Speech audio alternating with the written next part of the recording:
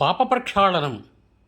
పాపం చేసిన వారు నిజమైన పశ్చాత్తాపంతో గోదానము, దశస్నానాలు, 200 ప్రాణాయామాల వలన కొంత పాపము నశిస్తుంది.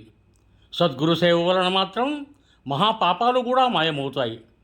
ప్రజాపత్య కృత్యం అంటే మొదటి 3 పగళ్ళు, తర్వాత 3 రాత్రుల యందు మాత్రమే భుజించాలి.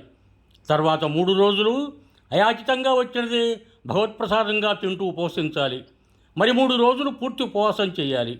10,000 గాయత్రి జపము, అందులో 10వ వంతు గాయత్రి హోమము చేసి 12 మంది బ్రాహ్మణులకు భోజనం పెట్టి గోదానం కానీ లేక గురిగింజ ఎత్తు బంగారం కానీ దానం ఇవ్వాలి. శుక్రపాడ్యమి నాడు ఒక ముద్దతో మొదలుపెట్టి పూర్ణిమ వరకు రోజుకొక ముద్ద పెంచుకుంటూ రావాలి.